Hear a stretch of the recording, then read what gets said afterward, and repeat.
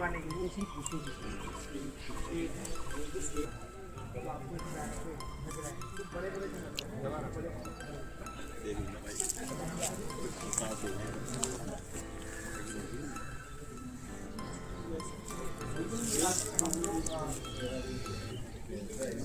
लोग हैं जो कि so hello friends, welcome back to my channel Nitin nature's lovers में आपका स्वागत है दोस्तों।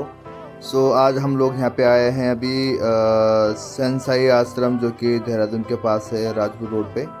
और आज हमारी सफाई अभियान शुरू होने वाली है दोस्तों। और आप देख सकते हैं यहाँ पे बहुत सारे स्टूडेंट्स यहाँ पे आ चुके हैं और एक जागरूकता फैलाने के लिए जितने भी हमारे जो उत्तराखंड में जितने भी टूरिस्ट पैलेस है वहाँ पे बहुत सारी गंदगी हैं, गार्बेज जितने भी हैं जो आते हैं टूरिस्ट उन पे फेंक के जाते हैं। थोड़ा सा हम लोग जागरूक हुए हैं और हम लोग आज यहाँ से निकलने वाले हैं और एक हमारा छोटा सा ट्रैक है जड़ी पानी वाला। ये हमारे सर लोग हैं दोस्तों। आज हम लोग सैनसाई आश्रम से जड़ी पानी ट्रैक के लिए निकल रहे हैं और हम लोग यहाँ से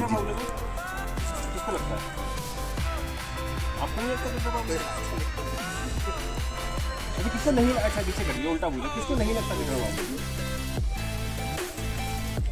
इसने दिल्ली में गाजीपुर का लाइसेंस देखा, किसे देखा? क्या है गाजीपुर का लाइसेंस, किसको पता है किसकी बात कर रहा हूँ मैं? जब आप दिल्ली जाते हैं ना, आपको 67 मीटर चौड़ा एक कचरे का पहाड़ दिखता है। दिल्ली में सबसे ऊंची बिल्डिंग है कुतुब मीनार, जिसका हाइट 72 मीटर है। अगर उसमें कचरा में ऐसे डालते हैं तो कचरे का पहाड़ कुतुब मीनार से बड़ा बन जाएगा। और आपने शायद आपको बच्ची में पड़ी दिल्ली के उसमें highest landmark monument in Delhi not Qutub Minar, कचरे का पहाड़ किसने बनाया है? वी एज अ ह्यूमन हम लोगों ने बनाया होगा। ठीक है, तो आज हम लोग क्या करने वाले हैं, हम लोग ना इस पेड़ में जितना भी कचरा है आप लोग ट्रैकिंग करेंगे। इस पेड़ में जितना भी कचरा है हम लोग इसको लेके नीचे आएंगे, हम लोग उसको उठाएंगे। तो उसको उठाने के लिए हम लोग आपको ग्लव बैग देंगे और आपको लिटर पिकर देंगे। उसमें आपकी हेल्प उपेंद्र और राजेंद्र और उपेंद्र करेंगे। तो कुछ चीज़ों का ध्यान देना आप लोगों ने। आप लोगों ने सिर्फ सूखा कचरा उठाना है। तो सर सूखा कचरा क्या होता है आप लोग सीखेंगे। बैग क्या होता है सूखा कचरा? हाँ, प्लास्टिक और रैपर जो आपकी प्रकृति को समा नहीं सकती, मतलब उसको एब्जॉर्ब नहीं कर सकती, नॉन बायोडिग्रेडेबल। ओके, उसमें भी सूखे कचरे में भी 2 से लेकर 3 प्रकार आते हैं। आपको वो उठाना है, आपको प्लास्टिक की बॉटल इसमें होता है, आपको कागज उठाना है, आपको गत्ता उठाना है। आप लोगों को ना कोई भी हजार्डस वेस्ट नहीं उठाना है। कोई भी लगता है हजार्डस वेस्ट क्या होता है? हाँ, जो मैं कहता है क्या होता है वो? एनीवेज आप लोग प्लीज देखिए, मैं आप लोगों की नॉलेज जज करने नहीं आया यहाँ पर कि आपको कितना आता है ना। प्लीज एक बार रिस्पॉन्ड करिए। मैं चाहता हूँ यहाँ पर आपको मैं दूसरा लेक्चर देके चलूँगा। क्या होता है साढ़े क्या होता है? कोई भी एग्जाम्पल होता है साढ़े इसका? सिरिंजेस होता है, डाइपर्स होते हैं, सैनिटरी पैड्स होते हैं, टूटे हुए कांच होते हैं। जैसे ये है ना, ये this is a hazardous waste जो मेरे हाथ में, ये लग नहीं रहा आपको but this is a very hazardous waste, है ना। तो आपको ये कचरा वहाँ पर मिलेगा। कोशिश करिएगा हजार्डस वेस्ट को नहीं उठाइएगा। वैसे आपको ग्लव्स और हम लोग बैग्स देंगे बट आप लोग उनको नहीं उठाइएगा। अगर आप कांच भी उठा रहे हैं, अगर आप बॉटल उठा रहे हैं तो उसको एक अलग बैग में उठाएंगे, तो यार जिससे कि हम लोग उसको रिसाइकलिंग के लिए भेज सकते। क्योंकि होता क्या है, आपको तो ग्लव्स दे रहा हूँ मैं कचरा उठाने के लिए, मगर आपने देखा होगा कुछ लोग जो कचरे में काम करते हैं उनका ग्लव्स नहीं होते, वो ऐसी जगह काम करते हैं। तो आपको वो मिलेंगे। आप लोग के 3 ग्रुप में एक टीम रहेगा, मतलब छोटे आप ऑब्वियसली 10 आई थिंक 4 ग्रुपों में डिवाइड करेंगे और उसमें भी आपके 3 लोग रहेंगे। 2 लोग के पास ग्लव्स होंगे और एक के पास सिर्फ बैग होगा जो कलेक्ट करेगा। मतलब ऐसा नहीं होगा कि आप लोग उठा भी रहे हैं और वो भी कर रहे हैं, आपको अलग अलग उसमें होगा। कुछ लोगों को हम लिटर पिकर्स देंगे। लिटर पिकर कितने की लिटर? साइकिल 20,000 किलोमीटर साइकिल चला रहे हैं इन्वायरमेंट को बचाने के लिए, इन्वायरमेंट के बारे में जागरूकता पैदा करने के लिए। और जो इसका उद्देश्य है, जोरदार तालियां होनी चाहिए। 20,000 किलोमीटर सोचिए, आप ट्रेन से उड़ के जाते हैं, पूरा भारत वो कवर कर रहे हैं। और हम उत्तराखंड गवर्नमेंट का धन्यवाद कहना चाहेंगे कि उनके 3 वर्ष पूरे हो चुके हैं पूरे, जिनके सेवा सुशासन और विकास के कार्यों के बलबूते पे उत्तराखंड गवर्नमेंट ने इतना विकास किया है और तरह तरह की एक्टिविटीज़ की हैं। आपने देखा होगा, हर जगह आप देखिए, हर डेवलपमेंट एरिया में देखिए होता जा रहा है। जिस ट्रैक पे भी हम जा रहे हैं ये आप लोगों के लिए इतना इम्पोर्टेंट इसलिए है कि ये झड़ी पानी आने वाले समय में इसका जो विकास होने वाला है बहुत ज़बरदस्त होने वाला है और आप लोग उसके गवाह बनेंगे। आप लोग कह पाएंगे कि देखिए हम जब चले थे तब कैसा था और जब हम वहाँ पहुँच गए 1 साल बाद 2 साल बाद तो कैसा है।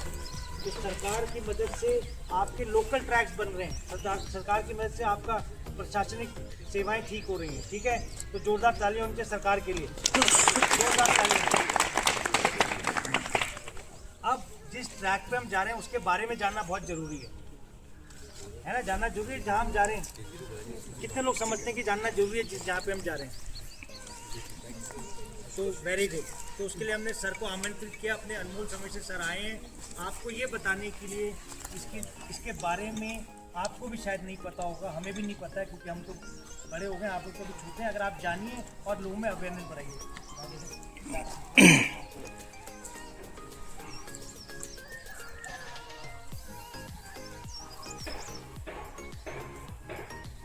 शाही आश्रम के प्रांगण में आप सभी का स्वागत है। और आज आप लोग जड़ी पानी, राजपुर जड़ी पानी सेम की पैदल यात्रा पे जा रहे हैं। आपने कभी सोचा कि जड़ी पानी क्यों? सहजदारा से मसूरी क्यों नहीं जा रहे? हम डूंगा से मसूरी क्यों नहीं जा रहे? जड़ी पानी से क्यों जा रहे हैं? ऐसा क्या है जो राजपुर जड़ी पानी ट्रैक इतना महत्वपूर्ण हो गया है? इसका इतिहास है। कोई बताएगा आप में से अंग्रेज देहरादून कब आए? कोई बताएगा? When did the British came to Dehradun? नहीं पता किसी को?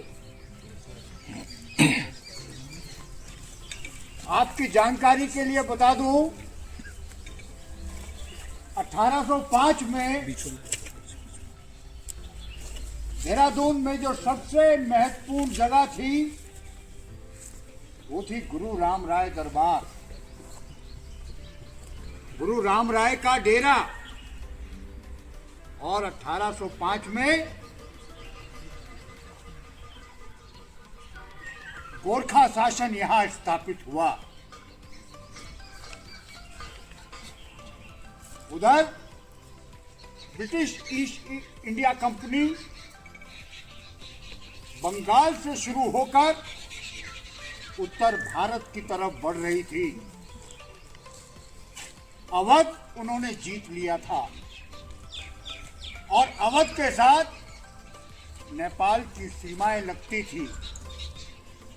उन सीमाओं को लेकर कुछ डिस्प्यूट हुआ नेपाल में और अंग्रेजों में। यहाँ पर गोरखे पहले से ही आ गए थे। नेपाल के शासन को गोरखा शासन के रूप में जाना जाता है। 1803 में श्रीनगर को जीतने के बाद देहरादून तक आ गए। जाट वाली मंदिर कौन कौन गया है? 1806 में जब गोरखों ने अपना सीमांकन कर लिया तो उन्हें लगा कि दक्षिण से जो रास्ता इस घाटी के अंदर घुसता है उस पर एक चौकी होनी चाहिए। और वो चौकी जहां आज डाट काली का मंदिर है वो चौकी वहां हुआ करती थी। सोमनाथ गोसाई को उन्होंने कहा कि यहाँ पर काली का मंदिर बनाइए और चौकी का काम भी साथ ही साथ देखिए। तो 1814 में गोरखों और अंग्रेजों की एक बड़ी लड़ाई हुई आपके देहरादून में, जिसको इतिहास में बैटल ऑफ खालंगा, खालंगा के युद्ध के नाम से सेलिब्रेट किया जाता है, बताया जाता है। 1 महीने ये लड़ाई चली और 30 नवंबर 1814 को गोरखों ने गोरखे यहाँ पर इस लड़ाई को हार गए। गोरखा कमांडर बलभद्र थापा अपने साथियों के साथ हिमाचल की तरफ निकल गया। राजा का राज्य, टीवी के राजा का राज्य फिर से स्थापित कर दिया गया और देहरादून, जौनसार और गढ़वाल का बहुत बड़ा इलाका अंग्रेजों ने लड़ाई की क्षतिपूर्ति के रूप में राजा से ले लिया। अंग्रेज जब हिंदुस्तान में थे, अंग्रेजों को हिंदुस्तान की बीमारियों के प्रति उनके शरीर में कोई इम्यूनिटी नहीं थी। मलेरिया, गर्मी, पेट की बीमारियां, उससे अंग्रेज त्रस्त रहा करते थे। ठंडे इलाके से आए थे। आपको मालूम है 1815-1820 में एक आम अंग्रेज की जिंदगी कितनी लंबी हुआ करती थी हिंदुस्तान में। You know about life expectancy? एक आदमी किसी भी एक जगह पर कितने साल उसके जिंदा रहने की संभावना रहती है, उसको लाइफ एक्सपेक्टेंसी बोलते हैं। 17 साल का लड़का जब पानी के जहाज में बैठकर ब्रिटानिया का तट को छोड़ता था, हिंदुस्तान आता था कंपनी की नौकरी करने, उसके बाद उसकी सिर्फ 14 साल उसके जीने की संभावना रहती। हिंदुस्तान की गर्मी, हिंदुस्तान की ट्रॉपिकल डिसीजेस, यहाँ के मलेरिया उसकी जिंदगी को आधा कर देते थे। 31 साल की लाइफ एक्सपेक्टेंसी थी एक आम अंग्रेज की हिंदुस्तान में, सिर्फ 31 साल, 31 ईयर्स। जब यहाँ पर आ गए, यहाँ पर उनका शासन हो गया, तो घूमने निकले। अंग्रेज बहुत जिज्ञासु कौम है और उन्हीं दिनों चार्ल्स डार्विन जैसे लोग पूरी दुनिया में घूम रहे थे। पूरी दुनिया के पेड़ पौधे, पशु पक्षी, सबके बारे में जानकारी इकट्ठा कर रहे थे। और एक आम अंग्रेज जो कि हिंदुस्तान में किसी भी किस्म की नौकरी कर रहा था, उसके अंदर ये जिज्ञासा थी कि मैं यहाँ के पेड़ पौधे, जंगल, कल्चर, परंपराओं के बारे में ज्यादा से ज्यादा जानकारी हासिल करूं। तो दो नाम यहाँ होते हैं, एक नाम फ्रेडरिक यंग का और एक नाम फ्रेडरिक शोर का। फ्रेडरिक शोर यहाँ पर मजिस्ट्रेट हुए और फ्रेडरिक यंग यहाँ पर सीनियर आर्मी ऑफिसर हुए। ये दोनों जब घूमने निकले तो इन्हें देहरादून में और देहरादून के उत्तर में बेहतरीन पहाड़ियाँ दिखाई दी। और जब उन्होंने उन पहाड़ियों पर चढ़ने का काम किया तो उन्हें पता चला एक रास्ता राजपुर गांव है कोई, उससे ऊपर जाकर चढ़ते हुए जब जाएंगे तो वो इन मसूरी की पहाड़ियों की तरफ जाता है। वो दोनों इस रास्ते से चढ़े और मसूरी पहुंचे। मसूरी में उन्होंने कैमल बैग रोड पर एक गेम कॉटेज बनाया। गेम कॉटेज क्या होता है, कोई बताएगा? What is a game cottage? शिकार के शौकीन थे और शिकार करने के लिए एक ऐसा कमरा बनाया जाता जिसमें लोग बैठ जाते अपनी बंदूकें लेकर और आसपास कोई शिकार घूमता तो उसको मारते। तो गेम कॉटेज मसूरी का पहला अंग्रेजों का बनाया हुआ एक कमरा। जब उन्हें वो जगह पसंद आ गई, वहां का वातावरण, वहां का एटमॉस्फेयर, वेदर, उनको लगा कि उनके देश जैसा है। चलो ठंड पड़नी, बर्फ पड़नी, वो उनको अपने देश की याद कराता था।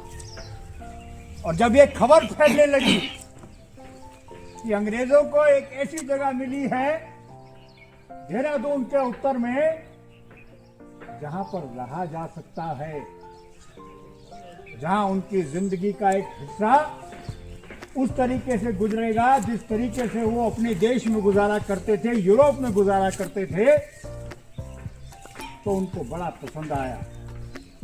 पहला मकान 1828 में मसूरी में बना, जिसको मलिंगार स्टेट बोलते हैं। कभी लैंडौर के रास्ते में जाइए तो सीधे हाथ पे ये मकान आज भी खड़ा है।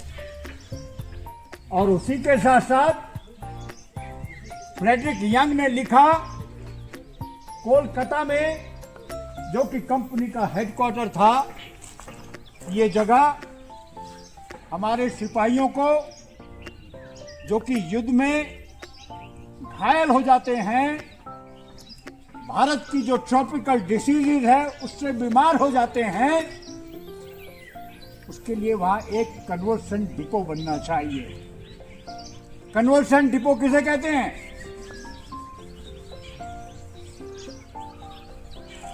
तो बता सकता है कन्वर्सन डिपो क्या होता है?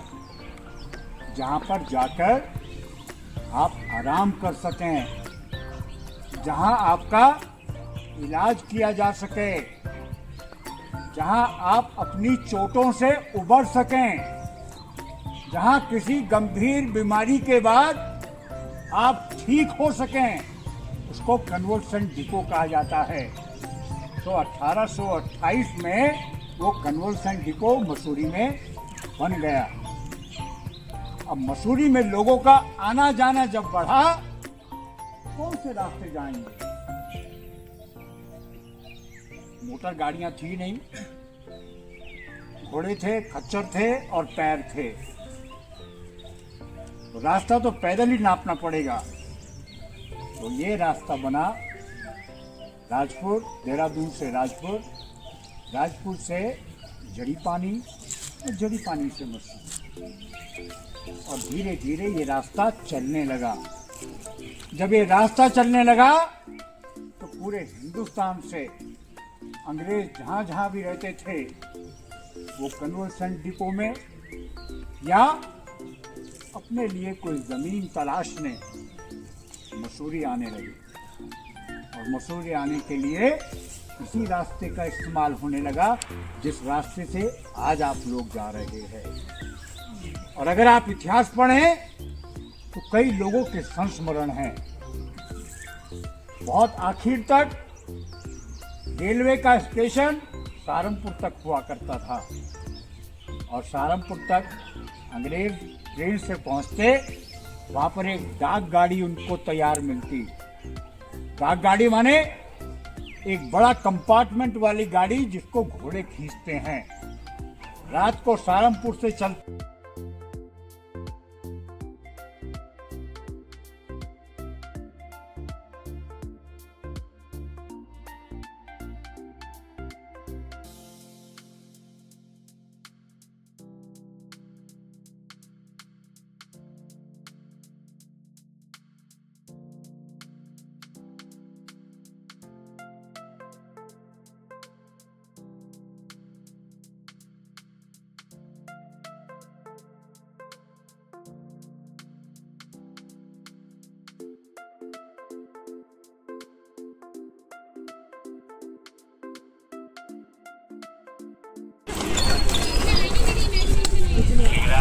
सिंगल लाइन हेलो, पीछे पीछे बॉयज।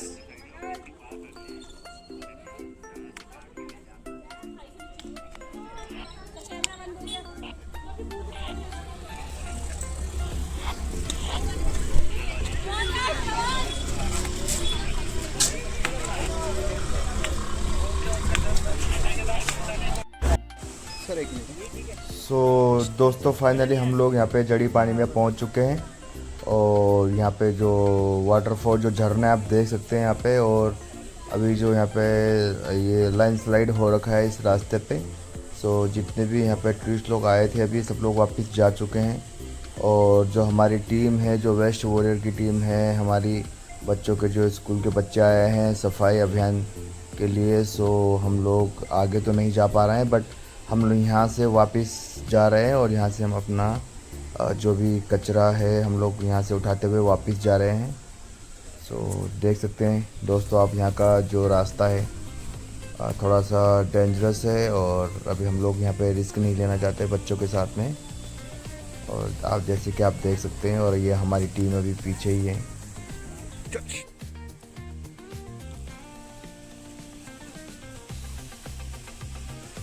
वैसे इंस्टीट्यूट नहीं जाना, आगे जानी होने मना कर।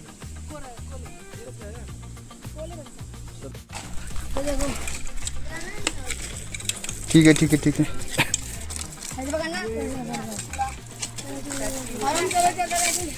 वेट वेट वेट, अरे आगे मेरे से पीछे चलना है, ठीक है। यहाँ पे देख लो साइड में उधर। अगर कोई बच्चा हमारे साथ लड़ा करेगा तो उसकी नाक पकड़।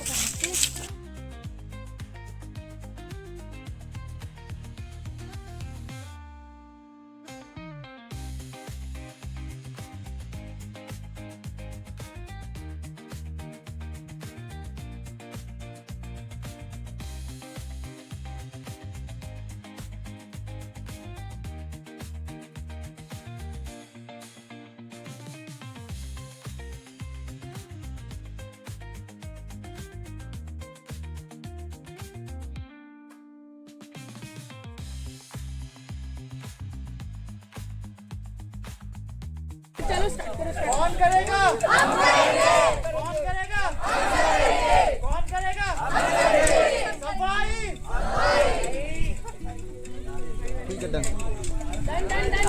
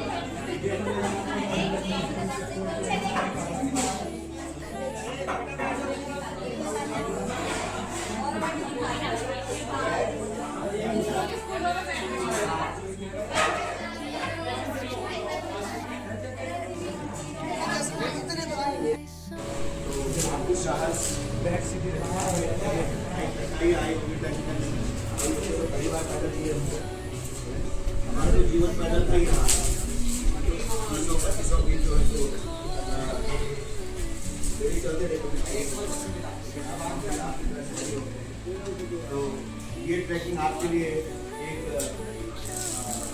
जिससे के लिए कामयाबी की मुकाम तक ले जाने के लिए आदर्श होगा। आप इस तरीके से जीवन की जो कठिनाइयाँ होंगी उनको रूबरू करने के लिए कुछ संबल आपको इससे मिलेगा। तो आपका सो दोस्तों अगर आपको हमारी ये वीडियो पसंद आई हो तो प्लीज़ लाइक करें एंड शेयर करें और कमेंट ज़रूर करें। मिलते हैं अगले वीडियो में, तब तक के लिए बाय, टेक केयर, जय हिंद।